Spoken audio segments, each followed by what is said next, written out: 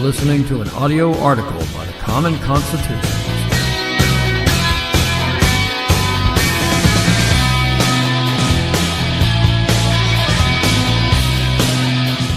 Today's article is entitled No Stay of Execution for Alfie. The case of little Alfie Evans is a tragic one. At 23 months old, this healthy boy developed a rare neurodegenerative disorder that left him in a semi-vegetative state. That's strike one against the poor little tike.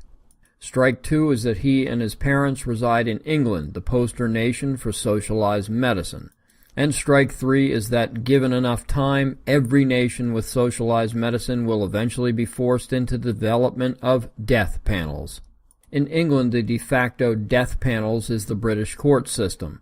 The courts decide who will live and who will die. The courts have decided the latter of the two fates for Alfie.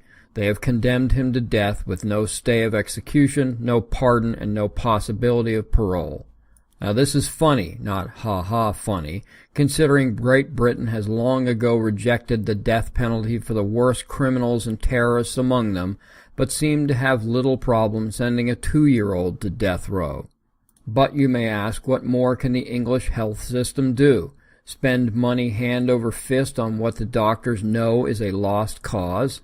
Someone has to make the hard choice and say enough is enough.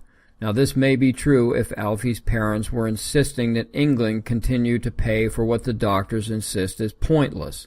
But this is not what the parents are asking of the medical and judicial oligarchy.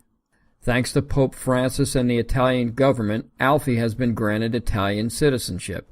By doing so, he would be able to be transferred to Vatican Hospital for treatment. And this is where the statists show their hand for what it really is. Despite alleviating all financial responsibility from the British Health Service with the move to Italy, England's High Court still ruled that Alfie cannot leave the country. Instead, his parents must accept their fate and allow Alfie to die like a good little British serf. British doctors treating Alfie know, without a shadow of a doubt, that there is no hope for him. This they know despite history being replete with cases of medical miracles. So the question we must ask then is why? Why the hell do the British courts care if the parents want to take him out of the country? Even if the doctors are right, what does it matter? Why not just let the parents take the kid? The answer is, of course, one of state control. It can only matter if those in charge really do believe that they know better than all of us. Thus, only they have the capability of deciding what is best for us and our children, for they aren't really just our children, but are all wards of the state. What we are witnessing is the progressive statist red line in the sand, and Alfie just happened to end up on the wrong side of the line, so he must and will now be made an example of. However, things have not gone the state's way. Alfie was supposed to have died by now. He wasn't supposed to last more than a few hours off the ventilator, which should tell us something. These doctors, these experts, don't know everything. They evidently know nothing of the fighting human spirit and the power of faith and prayer. And even if you believe none of that, you must agree that there are many things doctors still do not understand.